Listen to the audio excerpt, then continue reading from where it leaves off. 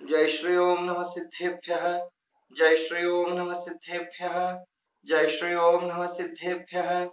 नमो अरहन्ताणं, नमो सिद्धाणं, नमो आयरेयाणं, नमो उवज्झायाणं, नमो लोये सव्वसाहूणम्। जीवमजीवं दौवं जिणवरवसहेण जेण निर्दिष्टं देविन्दविन्दवन्दं वन्दे तं सौवदा शिरसा। जिस चैतन्य महाहिमगिरि से परिणति के घन टकराते हैं, शुद्ध अतीन्द्रिय आनंद रस की मूसल धारा बरसाते हैं। जो अपने आश्रित परिणति को रत्न त्रय की निधियां देता, वंदन उस चैतन्य राज को जो भव भव के दुख हर लेता। वंदन उस चैतन्य राज को जो भव भव के दुख हर लेता।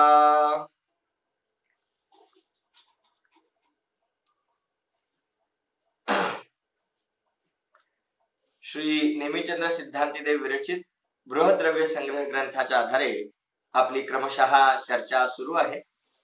यामध्ये तिसऱ्या गाथेच्या आधारे आपण जीवाच्या जीव या विशेषणाची आणि त्याद्वारे भाव प्राण, द्रव्य प्राण आणि निश्चय प्राण, व्यवहार प्राण यांची चर्चा केलेली आहे।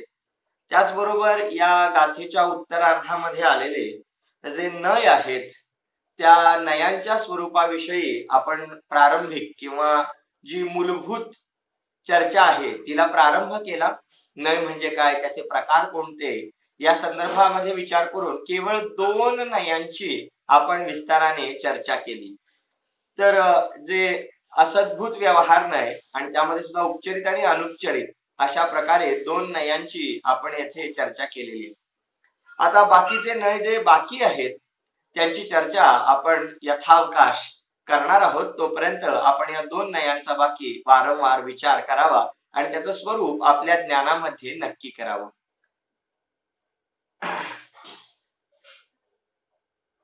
या व्याख्यानमालेमध्ये आपल्याला खऱ्या अर्थानं आपलं जीवन परिवर्तन कशा प्रकारे करता येईल या संदर्भामध्ये विचार करायचा आहे। जिनदर्शनाचं मौलिक जे तत्वज्ञान आहे त्या तत्वज्ञानाची प्राप्ती करून घेणं हे आपलं प्रयोजन आहे आणि या प्रयोजनाद्वारे खऱ्या अर्थाने या गाथांचा जो भावार्थ तो भावार्थ लक्षात घेऊन आपण आपल्या सुखापर्यंत पोहोचणं हे त्याचं मूळ प्रयोजन आहे आणि ते साध्य करता येण्याच्या दृष्टीने आपणा सर्व वक्त्यांची आणि श्रोत्यांची दोघांची ही वाटचाल ही त्या दृष्टीने व्हावी। आजच मला एकांनी एक पेन गिफ्ट म्हणून दिलं, एक पेन भेट म्हणून दिलं। तुम्हाला सुद्धा बऱ्याच वेळेला पेन भेट म्हणून मिळाला असेल। प्रश्न येतो की त्या पेनचं काय करायचं? त्या पेनचं आपण काय करणार? अगदी कधीही न उघडलेलं अतिशय गडद रंगाचं सुंदर पेन आहे, पेन लेखणी। आता त्या पेनचा आपण काय करायचं? माझ्याकडे भरपूर पेन आहेत, तुमच्याकडे पण पेन आहेत आणि कुणीतरी तुम्हाला भेट म्हणून दिला असेल तर काय करणार? त्याचं काय करू शकतो आपण? खूप काही करू शकतो। आपल्याला आवश्यकता नसेल तर तसंच ठेवू शकतो आणि आवश्यकता नसेल तर कुणाला तरी ते आपण पुन्हा उपयोग होईल त्याला देऊ शकतो। बोला, कोणी लहान मूल असेल त्याच्या हातात पडले तर ते तोडू शकतं, फोडू शकतं, मोडू शकतं, काय काही होऊ शकतं ना। मग त्या पेनाचा वापर कशासाठी होणार? लिखाणासाठी होणार। मग लिहायचं असेल तर त्यांना आपण काय लिहावं, काय लिहू शकतो? सुंदर हस्ताक्षरांमध्ये एखादी कविता लिहू शकतो, एखादा लेख लिहू शकतो। बोला, काही चांगलं साहित्य लिहू शकतो, काही अपशब्द सुद्धा लिहू शकतो।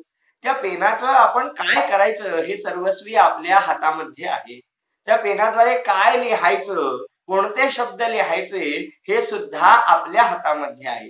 अनेक शक्यता आपल्या या कृतीमध्ये दडलेल्या आहेत। पहा, एक साधी पेनाची गोष्ट घेतली तर एवढ्या शक्यता संभवतात खरोखर आपल्याला नियतीद्वारे हे मनुष्य जीवन भेट म्हणून मिळालेलं आहे. कर्मांच्या उदयाद्वारे आपल्याला हे मनुष्य जीवन मिळालेलं आहे. आता या मनुष्य जीवनाचं आपण काय करायचं हे सुद्धा सर्वस्वी आपल्याच हातामध्ये आहे. दुर्लक्षित करून हा नरभव आपण या पूर्ण सांसारिक प्रपंचामध्ये सुद्धा घालवू शकतो. कदाचित ज्ञानार्जनामध्ये, कोऱ्या ज्ञानार्जनामध्ये घालवून आपण केवळ ज्ञानाच्या मागे लागून खऱ्या अर्थानं जे तत्वज्ञान किंवा खऱ्या अर्थाने ज्या या सुखाचं मर्म त्याला न शोधता सुद्धा घालवू शकतो. केवळ रिश्ते नाते हे सुद्धा याच्यामध्ये आपण हे जीवन घालवू शकतो. कदाचित राग भावामध्ये प्रेमापोटी आपल्या सर्व नातेवाईकांच्यावर प्रेम करीत हे जीवन घालवू शकतो. द्वेष भावना करीत, भांडण करीत, शत्रुत्वाची भावना जपत सुद्धा आपण हे जीवन घालवू शकतो. म्हणजे तिथे जशा अनेक शक्यता आहेत, वास्तवामध्ये मानव जीवन व्यतीत करण्याच्या सुद्धा असंख्य शक्यता आहेत. आणि म्हणून आपल्याला या सर्वांमध्ये हे मनुष्य जीवन अधिक उत्कृष्ट प्रकारे कसं व्यतीत करता येईल आणि याच्याद्वारे जो असली लाभ आहे तो कशा प्रकारे मिळवता येईल याचा वारंवार विचार केला पाहिजे. कारण आपल्याजवळ अनेक मौल्यवान गोष्टी असतील, कारण लहानपणापासून आपल्याला वारसा रूपाने अनेक गोष्टी प्राप्त होतात. आपण स्वतः घाम गाळून अनेक गोष्टी मिळवतो आणि त्या मूल्यवान गोष्टींची जपणूक करण्यासाठी आपण खूप प्रयत्न करतो. मग घर दार जमीन जुमला दागदागिने हे प्राप्त करण्यासाठी सुद्धा धडपड असते आणि राखण्यासाठी संरक्षणासाठी सुद्धा आपली धडपड चाललेली असते. हे सगळे मूल्यवान पदार्थ आहेत हे निश्चितच, पण या सर्वांमध्ये सर्वात मूल्यवान पदार्थ कोणता आहे तर माझ्या मते आपलं हे मनुष्य जीवन हे सर्वात मूल्यवान आहे. आपल्या या मनुष्य भावाचं मूल्य या आजूबाजूला असलेल्या या सोन्या चांदी सारख्या धातूंशी त्याची तुलना होऊ शकत नाही. कोणत्याच पदार्थाशी या मनुष्य भावाची किंमत होऊ शकत नाही. इतकं हे अनमोल मनुष्य जीवन आहे आणि त्यामुळे त्याचं फलित खऱ्या अर्थाने आपल्याला तेव्हाच मिळू शकतं जेव्हा आपण या मनुष्य जीवनाचा उपयोग या तत्वज्ञानाचा आधार घेऊन आपल्या आत्मकल्याणामध्ये लावू. पंडित रवींद्रजी आपल्याला जी वारंवार सूचना करतात त्याशिवाय आपल्याला जे नोट्स बनवण्यासाठी आदरणीय प्रियदर्शनजींनी सुद्धा सूचना केली, या सर्वांचा एकच परिपाक आहे की आपण सगळेजण एकत्रित येऊन निश्चितच या तत्वज्ञानाचा आधार घेऊन आपल्या जीवनाला अधिक मंगलमय बनवावं. पहा ना, नवीन पेन आपण लिहायला घेतलं, मला आणखी एक मुद्दा आज खूप जाणवला, चिंतन चालू राहतं. तर नवीन पेन आपण लिहायला घेतलं, मला सांगा त्याच्यामध्ये आपण किती लिहू शकतो? त्याच्याद्वारे आपण किती लिहू शकतो? नक्की नवीन आहे म्हणजे त्याच्यामध्ये भरपूर शाई असेल, आपण भरपूर लिखाण करू शकू. कदाचित ती शाई सुकली असेल, वाळलेली असेल तर कदाचित 2-4 ओळी पृष्ठ 2 पृष्ठ लिहिल्यानंतर त्यातली शाई संपून जाईल. आपल्याला ती उघडल्याशिवाय त्यात किती शाई आहे ते कळणार नाही. उघडल्यानंतरच समजेल की आपण त्याद्वारे किती लिहू शकू. या जीवनाची शाई किती बाकी आहे हे कोणालाच ठाऊक नाही. म्हणजे कुणाची किती शाई बाकी आहे, कुणाचं किती जीवन अजून व्यतीत होणं बाकी आहे हे कोणालाच ठाऊक नाही. आणि ते माहिती नसल्यामुळे जोपर्यंत आपल्याला या जीवनरूपी पृष्ठावरती जे काही चांगलं लिहिता येईल ते आपण निश्चित लिहावं आणि त्याद्वारे वर्तमान सुद्धा आपला सुखमय करावा आणि अशी बीज रोवावीत की जेणेकरून आपला भविष्य काळ सुद्धा निश्चितच मंगलमय होईल. चला तर मग पाहूया, आपण बृहद्रव्य संग्रह ग्रंथाच्या 3 गाथा पाहिलेल्या आहेत आणि आज 4थ्या गाथेद्वारे आपण पुढचा विषय प्रारंभ करूया. ओघाद्वारे आलेली ही चर्चा होती. आता आपण जे जीव द्रव्याचं दुसरं विशेषण आहे ते उवोगमो, हा जीवात्मा उपयोगमय आहे. तर या उपयोगमय या जीवाच्या दुसऱ्या विशेषणाची चर्चा या 4थ्या गाथेद्वारे करतात. आपण गाथा पाठ म्हणूया. पृष्ठ क्रमांक 15 वरती ज्यांच्याकडे ग्रंथ असेल त्यांनी पाहावं. पहा, उवो गोदुवियप्पो, उवो गोदुवियप्पो, दंसन नाणंच दंसणंच दुधा, चक्षु अचक्षु ओहि, दंसन मध केवलम नेयम. उवो गोदुवियप्पो, दंसन नाणंच दंसणंच दुधा, चक्षु अचक्षु ओहि, दंसन मध केवलम नेयम. पहा, ही झाली गाथा. आता या गाथेचा आपण इथे मराठी पद्यानुवाद सुद्धा माझ्याजवळ उपलब्ध आहे. तो आपणा सर्वांना उपलब्ध करण्यासाठी आपण प्रयत्न करूयात. मी संपर्क केलेला आहे, आपल्याला लवकरच तो सुद्धा उपलब्ध होईल. पहा, चौथ्या गाथेचा पद्यानुवाद असा आहे. दर्शन ज्ञान हे दोन, दर्शन ज्ञान हे दोन, असे उपयोग जीवाचे, असे उपयोग जीवाचे. चक्षु अचक्षु अवधी, चक्षु अचक्षु अवधी, केवल भेद दर्शनाचे, केवल भेद दर्शनाचे. पहा, आपण याचा आता शब्दार्थ पाहूया. आपल्याला गाथा दिसते आहे समोर. उवओगो द्वियप्पो, उवओगो म्हणजे उपयोग, द्वियप्पो म्हणजे दोन प्रकारचा, द्विविकल्प. हा जीवाचा जो उपयोग आहे तो दोन प्रकारचा आहे. उपयोग द्विविकल्प, उपयोग दोन प्रकारचा आहे. दर्शन नाणंच, कोणते ते दोन प्रकार? पहिला दर्शनोपयोग, दर्शनम, आणि दुसरा ज्ञानम म्हणजे ज्ञानोपयोग. पहिला दर्शनोपयोग आणि दुसरा ज्ञानोपयोग. आता त्यामध्ये सुद्धा जो पहिला प्रकार आहे दर्शनोपयोग, तो किती प्रकारचा आहे? तर दर्शनम चतुधा, म्हणजे दर्शनोपयोग 4 प्रकारचा आहे. पहा, पहिली ओळ समजली का? खूप सोपी आहे. उपयोग 2 प्रकारचा आहे. कोणते ते 2 प्रकार? दर्शनम ज्ञानम च, दर्शनोपयोग आणि ज्ञानोपयोग. झालं, इथे हा पहिला भाग पूर्ण झाला सांगून. उपयोग 2 प्रकारचा आहे, एक दर्शनोपयोग, दुसरा ज्ञानोपयोग. आता तो जो पहिला प्रकार आहे दर्शनोपयोग, पुन्हा त्याचे उपप्रकार किती आहेत, त्याचे प्रभेद किती आहेत? तर दर्शनम चतुर्धा, दर्शनम चतुर्धा, म्हणजे हा दर्शनोपयोग चतुर्धा म्हणजे 4 प्रकारचा आहे. आता कोणते आहेत ते 4 प्रकार? तर चक्षु अचक्षु ओही, चक्षु म्हणजे चक्षु, म्हणजे चक्षु दर्शन, अचक्षु म्हणजे अचक्षु दर्शन, ओही म्हणजे अवधी दर्शन, आणि दंसनम अथ म्हणजे आणि चक्षुदर्शन, अचक्षुदर्शन, अवधी दर्शन, आणि अथ म्हणजे आणि केवलम ज्ञेयम आणि केवल दर्शन असे जाणले पाहिजेत. ज्ञेयम म्हणजे हे त्यांचे 4 प्रकार जाणले पाहिजेत. अशा प्रकारे आपण हा गाथेचा शब्दार्थ पाहिला की या गाथेमध्ये आचार्य उपयोगमय जीव आहे याची व्याख्या कशी करतात? तर ते म्हणतात, हा जीव उपयोगमय आहे. तो उपयोग 2 प्रकारचा आहे, एक दर्शनोपयोग आणि दुसरा ज्ञानोपयोग. आता तो दर्शनोपयोग सुद्धा पुन्हा 4 प्रकारचा आहे.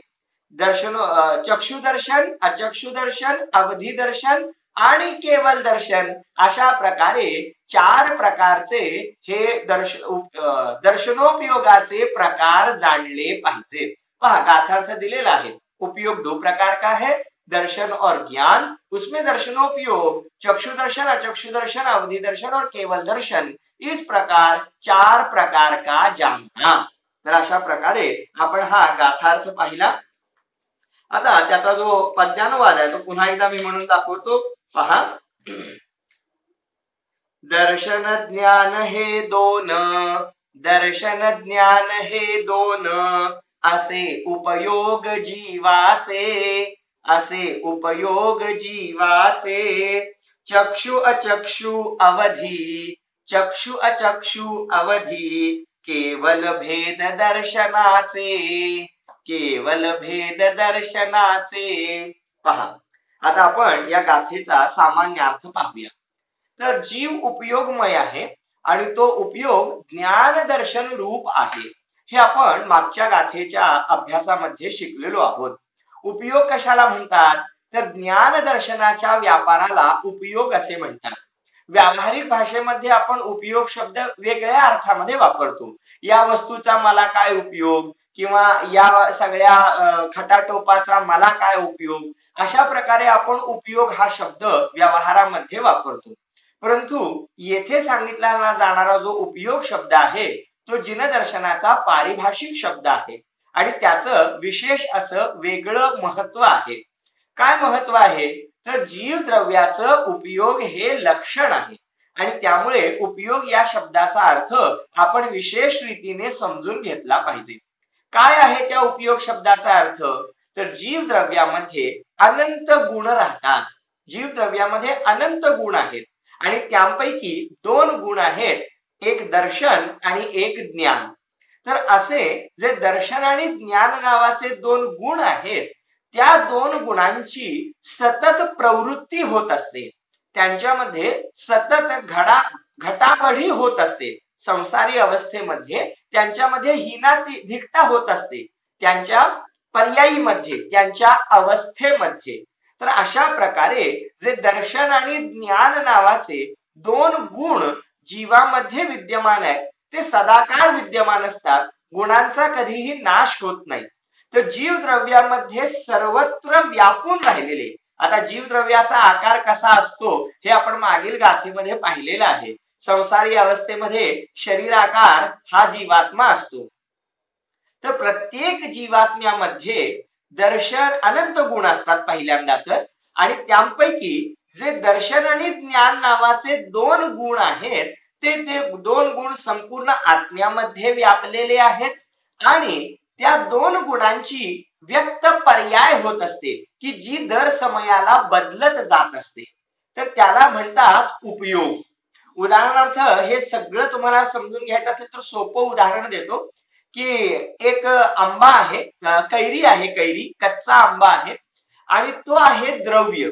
तो काय आहे? द्रव्य. कारण वस्तू आहे ना, त्यामुळे तो द्रव्य आहे. तो जीव द्रव्य नाहीये, तो पुद्गल द्रव्य आहे. पुढे त्याची चर्चा येणार आहे.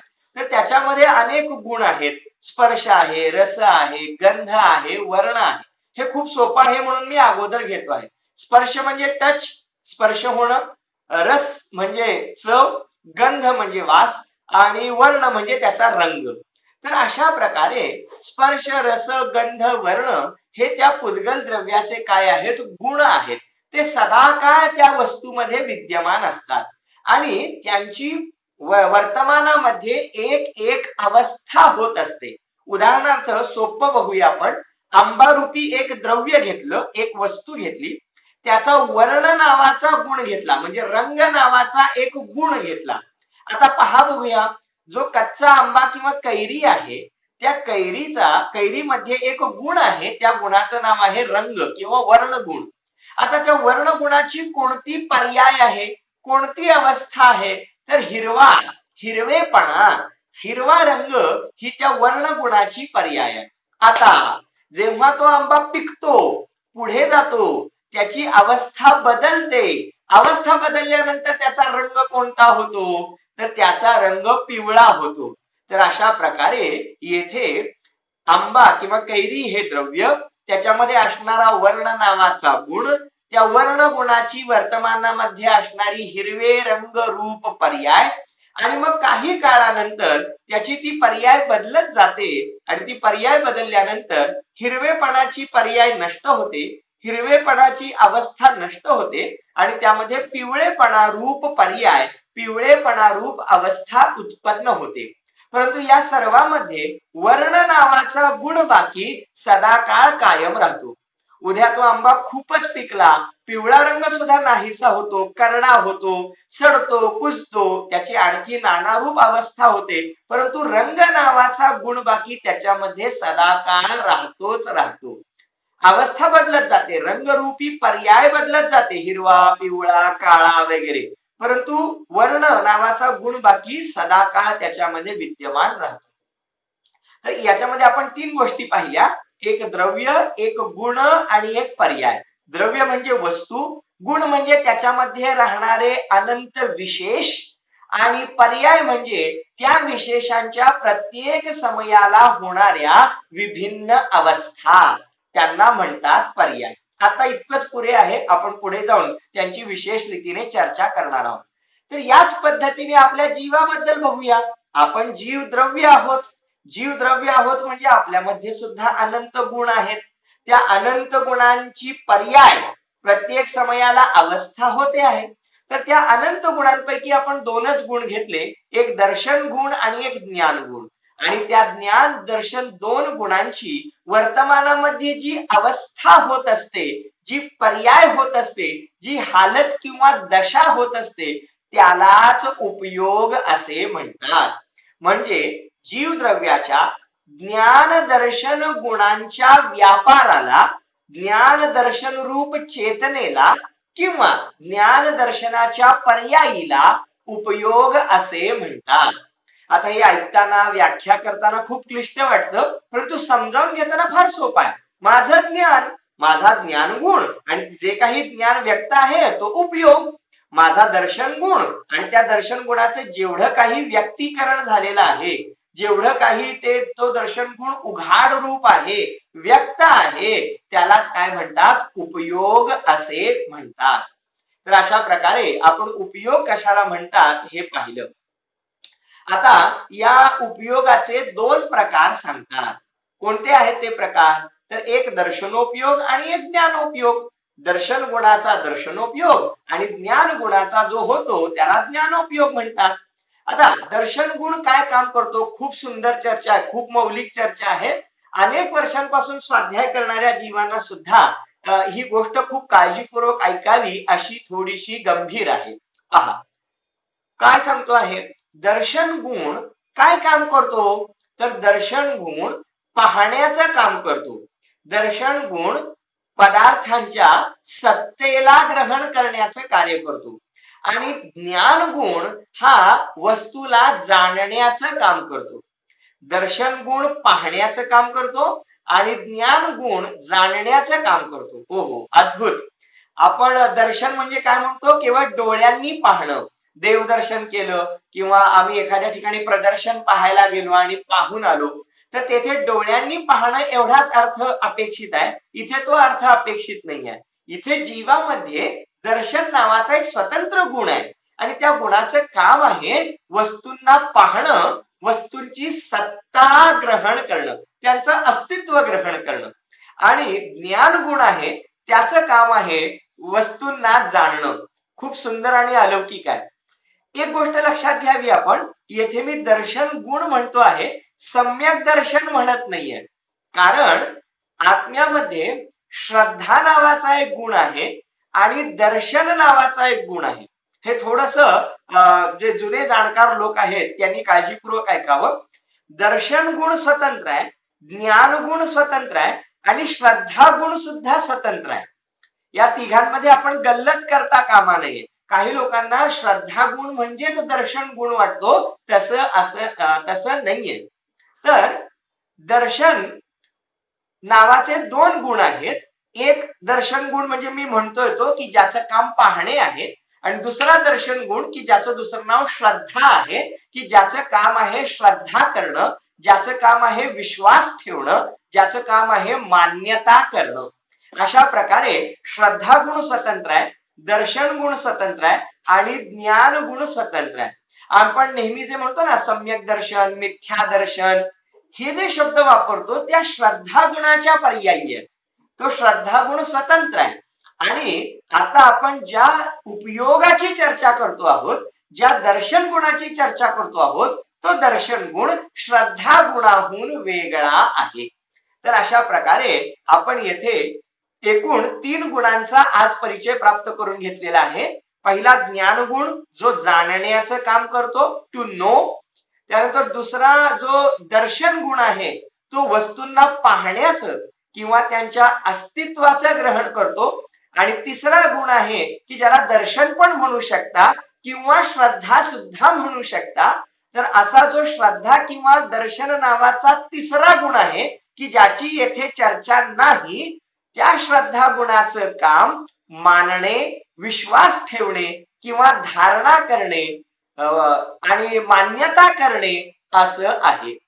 लक्षात आलं? तर अशा प्रकारे एकूण 3 गुणांचा परिचय आपण प्राप्त करून घेतला. त्यातला श्रद्धा गुण बाजूला ठेवा, श्रद्धा गुण गौण करा. आपण केवळ 2 गुणांची अतिशय सुंदर चर्चा करणार आहोत की जी चर्चा माझ्या मते आपण पूर्वी कधीही ऐकली नसेल. एवढी अद्भुत अजब गजब गोष्ट आज आपल्याला ऐकायला मिळणार आहे, अतिशय रहस्यमय. आता आपण काही प्रयोग करूया, काही प्रॅक्टिकल करूया. मी तुम्हाला काही प्रश्न विचारतो, तुम्ही त्यांची उत्तरं तुमच्या मनामध्ये विचार करा आणि मी विचारल्यानंतर सांगा. पहा, आता हे काय दिसतं आहे तुम्हाला? हे काय दिसतं आहे तुम्हाला? ओळखतं का? पहा पहा, ही पहिली वस्तू. त्यानंतर हे पहा, ही कोणती वस्तू आहे? पहा, मला लक्षात येतं का? पहा. त्यानंतर आता ही कोणती वस्तू आहे? पहा. तर हे मी तुम्हाला काही 2-3 वस्तू दाखवल्या आणि त्यानंतर तुम्हाला विचारलं की ही वस्तू कोणती आहे, तुम्ही लगेच फटकन ओळखली असणार. आता नेमकं काय घडलं? मी वस्तू दाखवली आणि ती वस्तू कोणती आहे हे विचारल्यानंतर नेमकं काय घडलं? पटकन तुमच्या मनातून उत्तर आलं की हा पहिली वस्तू दाखवली ना, अरे हा तर रुमाल आहे. सोपं आहे, हा रुमाल, ही रुमाल नावाची वस्तू आहे. त्यानंतर दुसऱ्यांदा दाखवलं तर हे घड्याळ आहे. तिसऱ्यांदा जी वस्तू दाखवली हे पुस्तक आहे. तर अशा प्रकारे पटकन आपल्याला त्या वस्तूंचं ज्ञान झालं. काय सांगितलं? वस्तूंचं ज्ञान झालं. पटकन तुम्ही त्या वस्तूंना ओळखलं आणि त्या वस्तूंचं ज्ञान केलं की ही वस्तू रुमाल आहे, ही वस्तू घड्याळ आहे आणि ही वस्तू पुस्तक आहे. आचार्य म्हणतात असं घडत नाही. तीर्थंकर परमात्मा म्हणतात ही प्रोसेस अशी घडत नाही. मग काय घडतं? पहिल्यांदा जेव्हा मी तुम्हाला वस्तू दाखवली रुमाल, तेव्हा विचारलं की ही कोणती वस्तू आहे, तुम्हाला ज्ञान झालं की हा रुमाल आहे. परंतु असं नाही घडत. वास्तवामध्ये रुमाल वस्तूला पाहिल्यानंतर, रुमाल वस्तूला जाणण्यापूर्वी, हा रुमाल आहे असं ज्ञान होण्यापूर्वी त्या रुमाल रूपी वस्तूचं पहिल्यांदा ग्रहण केलं जातं. ग्रहण याचा अर्थ त्याच्या अस्तित्वाचं ग्रहण केलं जातं, त्याच्या सत्तेचं ग्रहण केलं जातं. पहिल्यांदा ही वस्तू आहे, याचं अस्तित्व आहे. अशा प्रकारे या रुमाल रूपी वस्तूच्या अस्तित्वाचं आत्म्याद्वारे ग्रहण केलं जातं आणि मग हा रुमाल आहे असं त्याचं ज्ञान केलं जातं. लक्षात आलं का? मग पहिल्यांदा जो हा रुमाल आहे असं त्याचं अस्तित्व ग्रहण केलं गेलं, त्यालाच म्हणतात दर्शनोपयोग. त्यालाच म्हणतात दर्शनोपयोगाची पर्याय, की ज्यामध्ये ज्या वस्तूला जाणलं जाणार आहे त्या वस्तूला जाणण्यापूर्वी त्या वस्तूची सत्ता, त्या वस्तूचं अस्तित्व ग्रहण केलं जातं. यालाच दर्शनोपयोग म्हणतात. लक्षात आलं का? बघा, सगळ्यात सोपं, खूप सोपं.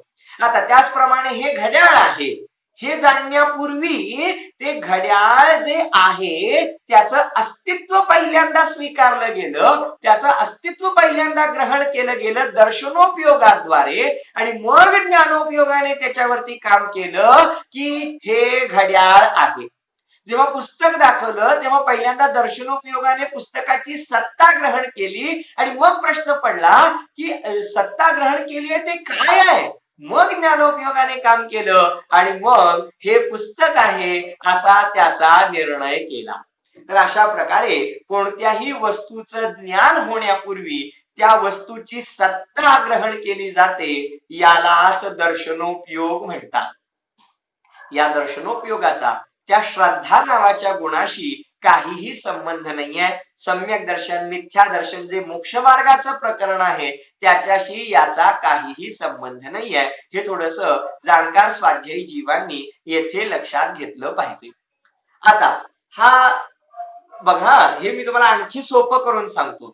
आता आपण 3 गोष्टी पाहिल्या की नाही? 3 गोष्टी आपण ते समजा एका कागदावरती किंवा एका फळ्यावरती लिहिल्या. पहिली वस्तू काय, तुम्हाला जे ज्ञान झालं ते लिहूया. तुम्ही मी रुमाल दाखवला, तुमच्या मनातून पटकन उत्तर काय आलं? हा रुमाल आहे. चला लिहा बघूया. रुमाल आहे. त्यानंतर दुसरी कुठली वस्तू दाखवली? घड्याळ. मग लिहा हे घड्याळ आहे. आणि मग पुस्तक दाखवलं, मग हे पुस्तक आहे. अशा प्रकारे 3 वाक्य झाली आपल्याकडं. आता एक काम करा, त्याच्यामध्ये ज्या वस्तूंची नावं आहेत की नाही, वस्तूंची नावं ती पुसून टाका.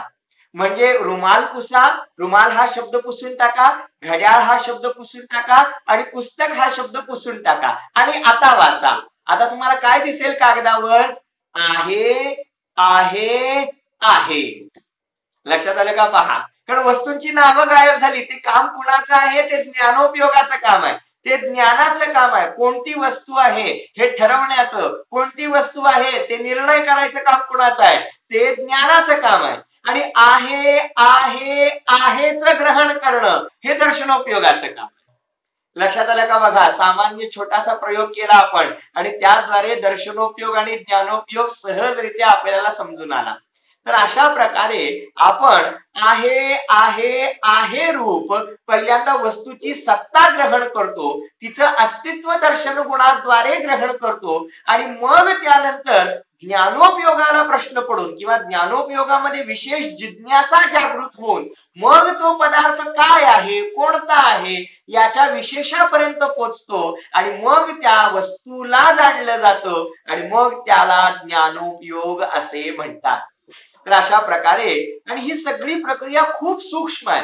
ही म्हणजे क्षणार्धात किंवा सेकंदाच्या असंख्याव्या भागामध्ये ही सगळी प्रोसेस होऊन जाते आणि आपल्या हे ध्यानीबनी सुद्धा येत नाही. म्हणूनच तीर्थंकर परमात्म्यांनी आपल्याला ही दर्शनोपयोग आणि ज्ञानोपयोगाची पद्धती अशा प्रकारे समजावून सांगितली आहे.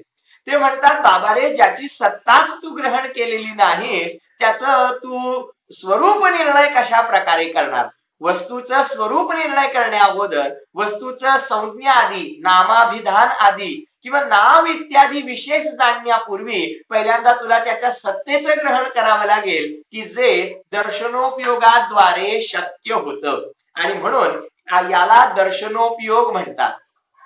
लक्षात आलं का? पहा, इथपर्यंत लक्षात आलं असेल तर पुढचा भाग अतिशय सोपा आहे आणि इथपर्यंत लक्षात आलं नसेल तर मग आता मी जे सांगतोय ते तुम्हाला कदाचित कळणार नाही. आपण थोडस शंक्या समाधानाला वाव देऊया का? काही विचारायचं आहे का दर्शनोपयोगासंबंधी कुणाला? नाही तर मला पुढचे याचेच एक 2-3 विषय सांगायचे की जे खूप रंजक आहेत, खूप सुंदर आहेत, खूप मुळापासून जाणून घेण्यायोग्य आहेत. कुणाला काही विचारायचं आहे? आपण हँड रेज करू शकता दर्शनोपयोगासंबंधी जर कोणाला काही विचारायचं असेल तर. प्रसन्नजी, हा, तुमचा आवाज म्यूट झालाय. हॅलो, आवाज येतोय? हा, मी हे विचारतोय दर्शनोपयोगासंदर्भात कोणाला काही विचारायचं आहे का? अनम्यूट करतो, कोणाला काही विचारायचं असेल तर विचारू शकता. सर्वांना अनम्यूट केलंय मी माझ्याकडनं. ठीक आहे, बहुतेक सर्वांना समजलेलं आहे. ओके, छान, समजलं, खूप छान समजलं. समाधान झालं. हो, धन्यवाद. मला आता जो भाग पुढचा सांगायचा आहे त्यासाठी बाकी आपल्याला आता जे सांगितलं ते व्यवस्थित समजणं आवश्यक होतं, म्हणून मी आपल्याला मध्ये थांबवलं. चला, आता आपण पुढचा भाग पाहूया. दर्शनोपयोग आणि ज्ञानोपयोग. दर्शनोपयोग आणि ज्ञानोपयोग आता यांचे विशेष याच्याद्वारेच निश्चित होतात. खूप मूलग्राही चर्चा आहे ही, की वस्तूंना जाणण्यापूर्वी त्यांचं अस्तित्व ग्रहण केलं जातं, म्हणजे त्यांचं आहे आहे आहे रूप ग्रहण केलं जातं. याच्यामध्ये एक गोष्ट आपल्या लक्षात आली असेल की ज्ञानाने जाणताना रुमाल, घड्याळ, पुस्तक अशी भिन्नता झाली, अशी त्यांच्यामध्ये भिन्नता आली, वेगवेगळेपणा आला. परंतु जेव्हा तुम्ही दर्शनोपयोगाद्वारे ग्रहण केलं तेव्हा वेगवेगळं काही नाही आलं. आहे आहे आहे म्हणजे त्याच्यामध्ये वेगळेपणा नाहीये, विसदृशता नाहीये, भिन्नता नाहीये, केवळ एकसारखेपणा आहे. आणि म्हणूनच या दर्शनोपयोगाला सामान्य निराकार दर्शन असं म्हणतात. काय म्हणतात? सामान्य निराकार दर्शन.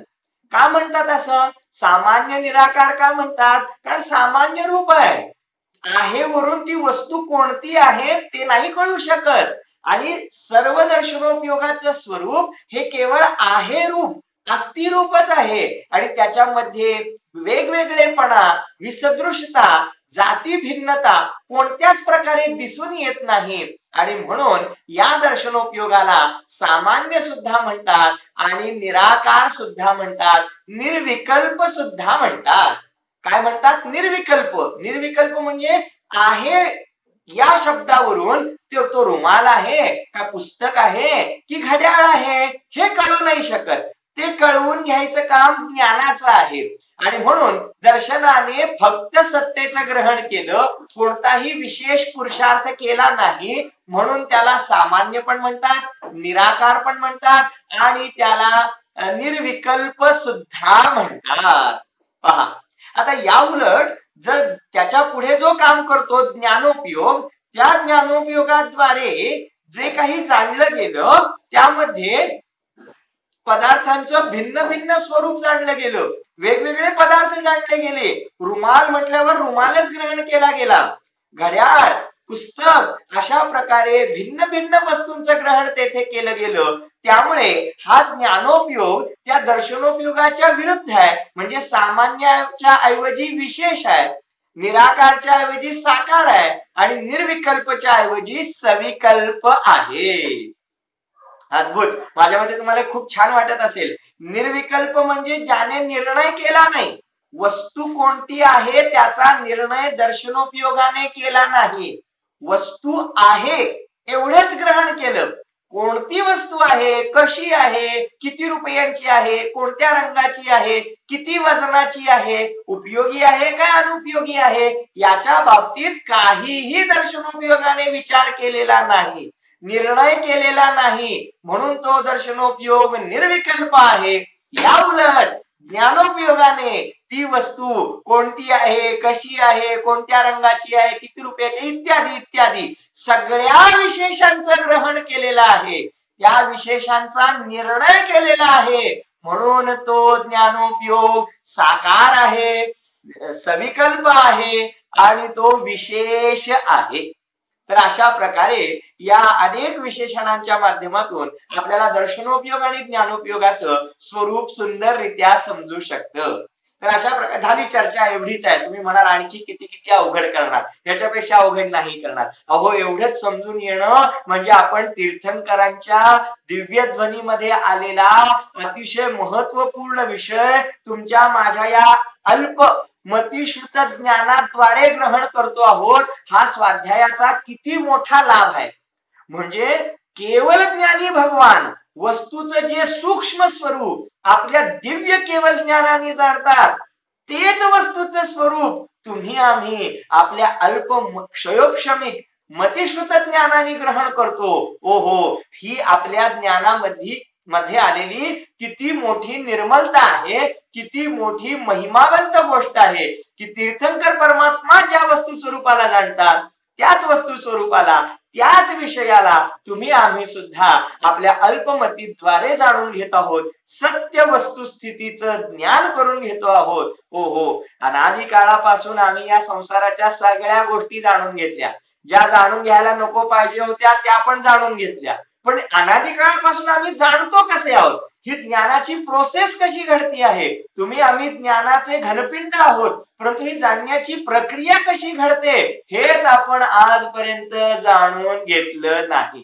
आणि म्हणतो की आम्हाला जीवात्मा पाहिजे, आम्हाला आत्म्याचं ध्यान करायचंय आणि तो आत्मा ध्यानात यायला पाहिजे. अरे ते ध्यान लागतं कसं, ती जाणण्याची प्रक्रिया कशी घडते हेच आपल्याला ठाऊक नाही. मग आपल्याला त्या आत्म्याविषयीची प्रीती कशी उत्पन्न व्हावी आणि तो अनंत सुख स्वरूप आत्मा आपल्या अनुभूतीमध्ये यावा तरी कसा. आणि म्हणून म्हणतो की खरोखर हे आपण समजावून घेणं अतिशय मूलभूत आहे आणि त्यामुळे याच्याकडे आपण खूप गांभीर्यानं पाहिलं पाहिजे. तर दर्शनोपयोग आणि ज्ञानोपयोग याची सामान्य चर्चा सुरू आहे. दर्शनोपयोग वस्तूचं अस्तित्व ग्रहण करणारा आहे, तो केवळ आहे रूप सत्तेचं ग्रहण करतो, तो पदार्थांच्या विशेषांकडे जात नाही आणि त्यांचा निर्णय देखील करीत नाही, म्हणून तो दर्शनोपयोग निराकार, निर्विकल्प आणि सामान्य रूप आहे. याउलट ज्ञानोपयोग पदार्थांना विशेष रीतीने जाणतो, त्यांचा निर्णय करतो, भिन्न भिन्न रीतीने त्यांचं ग्रहण करतो, म्हणून त्या ज्ञानोपयोगाला सविकल्प म्हटलेला आहे, साकार म्हटलेला आहे आणि विशेष सुद्धा म्हटलेलं आहे. तर अशा प्रकारे हा ज्ञानोपयोग आणि दर्शनोपयोग कार्य करतो. ह्याच्यामध्ये एकच गोष्ट सांगून देतो, नंतर ती येणारच आहे. संसारी जीव तुमच्या माझ्यासारखे जे सध्या संसार भूमिकेमध्ये स्थित आहेत, अल्प ज्ञान दर्शनाने युक्त आहेत, आपला ज्ञानोपयोग आणि दर्शनोपयोग क्रमाने होतो. म्हणजे पहिल्यांदा दर्शनोपयोग आणि तो झाल्यानंतर मग ज्ञानोपयोग, पहिला दर्शनोपयोग मग ज्ञानोपयोग, पुन्हा दर्शनोपयोग मग ज्ञानोपयोग, अशा प्रकारे पहिला दर्शनोपयोग मग ज्ञानोपयोग, अशी छद्मस्थांची म्हणजेच अल्प ज्ञानधारी जीवांची स्थिती अशी असते. याउलट जे केवळ ज्ञानी भगवान आहेत अरिहंत आणि सिद्ध भगवान आहेत त्यांची बाकी उपयोगमय दशा ही दर्शनोपयोग आणि ज्ञानोपयोग हे दोन्ही त्यांचे मिळूनच होतात, म्हणजे एकाच समयात होतात, त्यांच्यामध्ये क्रम पडत नाही. कारण पुढे आपण पाहूया त्यांच्या दर्शनावरण ज्ञानावरण कर्मांचा क्षय झालेला आहे आणि त्यामुळे त्यांच्यामध्ये दर्शनोपयोग पहिला ज्ञानोपयोग नंतर अशा प्रकारे भेद पडत नाही, वेळेचा फरक पडत नाही, समय भेद पडत नाही. अल्प ज्ञानधारी जीवांच्या मध्येच पहिला दर्शनोपयोग आणि त्यानंतर ज्ञानोपयोग अशा प्रकारे भेद पडतो. पहा, तर अशा प्रकारे आपण दर्शनोपयोगाचं स्वरूप समजावून घेतलं. आता या दर्शनोपयोगाचे पुन्हा 4 प्रकार केलेले आहेत. तर ते कोणते प्रकार त्यांची नावं केवळ आपण पाहूया. पहिला आहे चक्षु दर्शन, दुसरा अचक्षु दर्शन, तिसरा अवधी दर्शन आणि चौथा केवल दर्शन.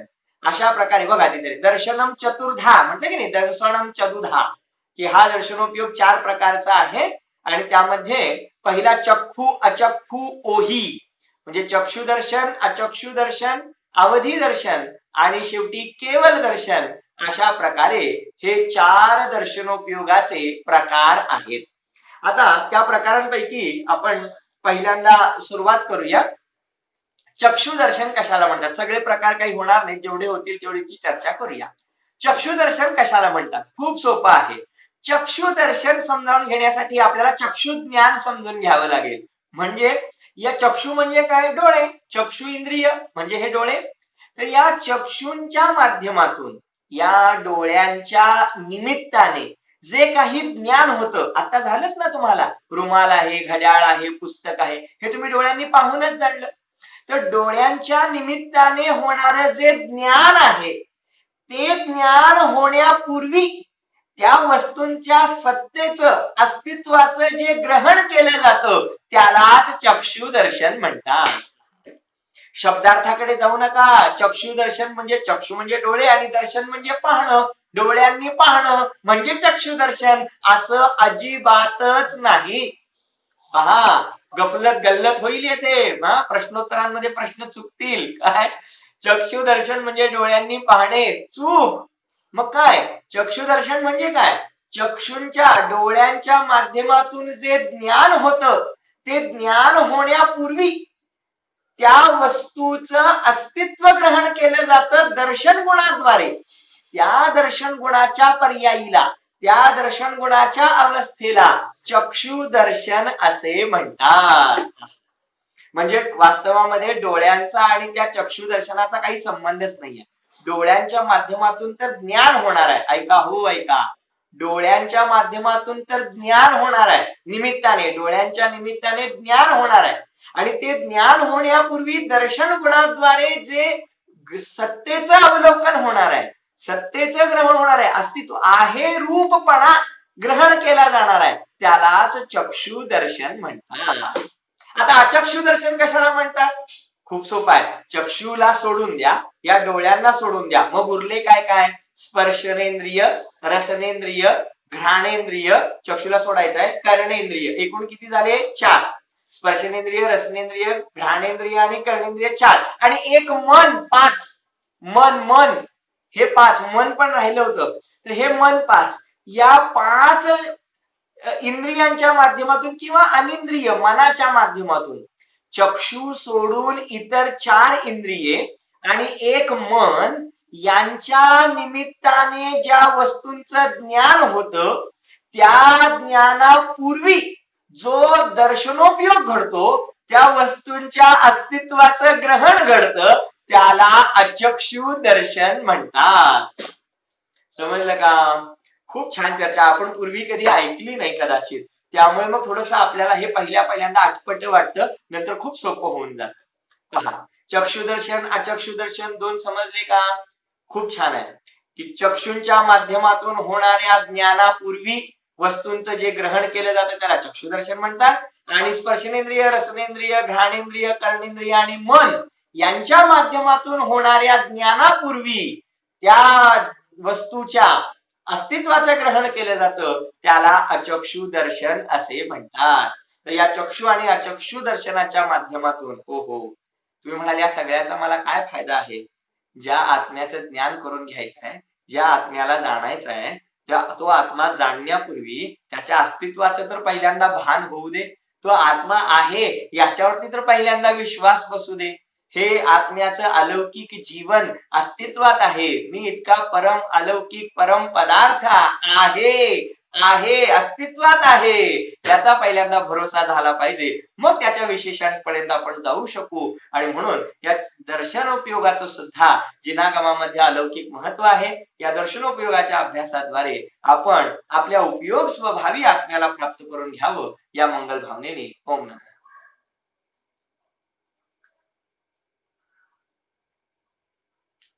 संग्रहाच्या चौथ्या गाथेच्या माध्यमातून दर्शन आणि ज्ञान उपयोगाची सुंदर चर्चा आपण इथे ऐकली.